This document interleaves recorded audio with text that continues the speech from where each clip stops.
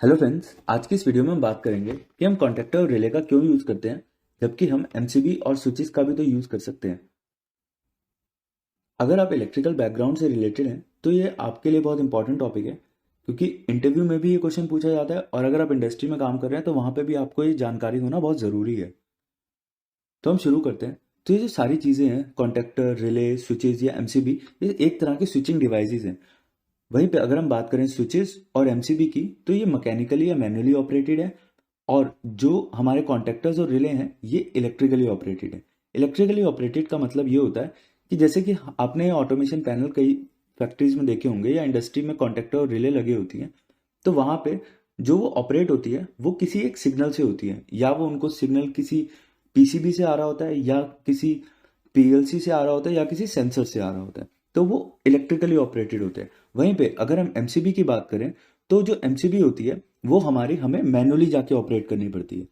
Relay और contactor लगाने का हमें ये फायदा होता है कि रिले और कॉन्टैक्टर को जब कमांड आता है किसी पीएलसी से या किसी सेंसर से, तो वो ऑपरेट होते हैं। तो इस तरह से जो हमारी मशीनरी है वो ऑटोमेटिक चलती है। वहीं पे अगर हम बात करें कि हम एमसीबी लगाया या हमने स्विच लगाया और उस टाइम पे हम उसे मैनुअली ऑपरेट करें किसी ह्यूमन के द्वारा, तो हमारे जो फॉल्ट आने के चांसेस हैं या हमारी जो पोजीशन हमें मशीनरी में चाहिए वो हमें नहीं मिल सकती, क्योंकि जो प्रोसेस होता है वो इंडस्ट्री में एक ही प्रोसेस हजारों बार या उससे भी ज़्यादा बार कंटिन्यूस होता है, जो कि हम इफेक्टिवली एक ह्यूमन बॉडी से नहीं ले सकते, जहाँ पे हम इलेक्ट्रिकली वो ऑपरेशन कंटिन्यूसली ले सकते हैं।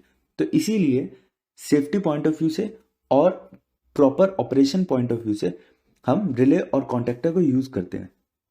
पहला रीज़न ये हुआ। और दूसरा रीज़न, सपोज करो हमारे इंडस्ट्री में कई सारे स्टार्टर्स लगे हैं। अब उन स्टार्टर्स की जगह पे हमने एमसीबी लगाई, और एमसीबी लगाने के बाद अब सपोज करो 100 स्टार्टर्स लगे हैं या 100 एमसीबी लगी हैं। अब एमसीबी वाले केस में हमने एमसीबी से कोई मोटर या कोई ऑपरेशन चला रखा है, लाइट चले जाती है और उसके बाद हम गलती से 99 ही एमसीबी ऑफ कर पाते हैं और एक एमसीबी हमसे ऑन रह जाती है। तो उस केस में जो हमारा मशीनरी है, मोटर है या कोई ऑल्टरनेटिव पार्ट है, तो वो डैमेज हो सकता है। वहीं पे अगर हम बात करें स्टार्टर वगैरह की जिसमें कॉन्टैक्टर्स लगे होते हैं, अगर वहां पे लाइट चले जाती है तो वो कॉन्टैक्टर अपने आप बंद हो जाएंगे और जब हम उसको दोबारा से चालू नहीं करेंगे तब तक वो चालू नहीं होंगे।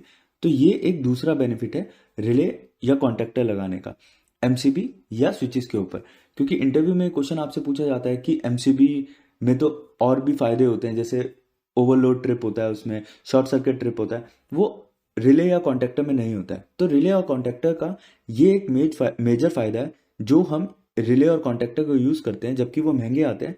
कि पहला, कि ऑटोमेशन पैनल में जहाँ पे कंटिन्यूस ऑपरेशन हो रहा होता है, तो वहाँ पे कंटिन्यूस ऑपरेशन में सेम पोजीशन या सेफ्टी की वजह से हम रिले और कॉन्टैक्टर को यूज़ करते हैं। और दूसरा रीज़न ये है कि जब लाइट चले जाती है तो हमें कॉन्टैक्टर और रिले को दोबारा ऑपरेट करना पड़ता है, जो कि अच्छी चीज़ है।